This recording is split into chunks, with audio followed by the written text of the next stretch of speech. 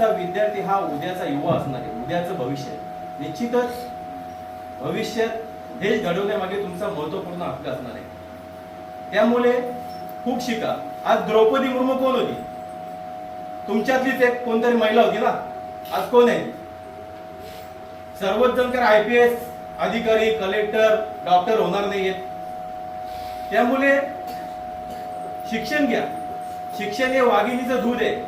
तो जो पितो तो निश्चितच गुरगुरल्याशिवाय राहणार नाही असं म्हणतात. आम्ही शिकलो एका शाळेमध्ये, LCP हायस्कूल मध्ये, तेव्हा आम्हाला सरांनी शिकवलं होतं की लहान मूल म्हणजे मातीचा गोळा असतो, त्याला जसा आकार द्यावा तशी ती मूर्ती घडत जाते.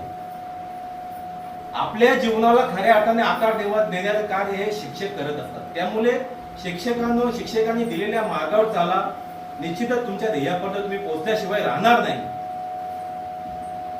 आणि पुन्हा एकदा मी सर्व सहकाऱ्यांचे खूपच सुंदर असं तुम्ही आयोजन नियोजन आजच्या कार्यक्रमाचं केलं, त्याबद्दल तुमचं अभिनंदन करतो. आणि माझे 2 शब्द संपवितो. आणि वह्या द्यायचं कारण, विद्यार्थी मित्रांनो, वही म्हणजे वही नाही, त्या वहीच्या आतील पानावर जे तुम्ही लिहाल आणि त्याप्रमाणे तुम्ही घडत राहाल, हा या वहीचा महत्व आहे. विद्यार्थी मित्रांनो, वही द्यायचं एकच कारण, या कुठले त्यांची मोठेपणा नाही आणि कुठल्या पक्षाचं कार्य नाही. हे जरी काँग्रेसमध्ये असलो तरी आपण सर्व मिळून अनेक पक्षाचे त्या संस्थेमध्ये काम करत आहोत. या शाळेचे मुख्याध्यापक सरांनी सांगितलं, शाळेला खरोखरच त्यांची पण बदली होण्याची वेळ आलेली आहे आणि त्यांना पण वाटतं की आपल्या शाळेसाठी आपण, कारण बघा, एकामेका सहाय्य करू अवघे धरू सुपंत, आणि देणाऱ्याने देत जावे आणि घेणाऱ्याने घेत, या परिचयाने या दादांच्या आशीर्वादाने जे आपण त्यांच्याकडे मांडू तिथे आपण फुलाची पाकळी या DY संस्थेच्या मार्फत आपल्याला मिळणार आहे.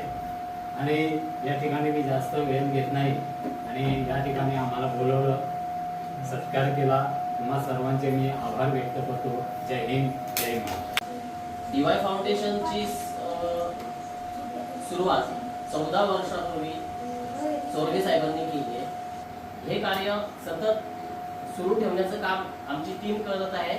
आणि सर्वात महत्त्वाचं म्हणजे मी योगेश पाटील अध्यक्ष आहेत जे DY फाउंडेशनचे, त्यांना फक्त एक मागणी केली, 26 ते 27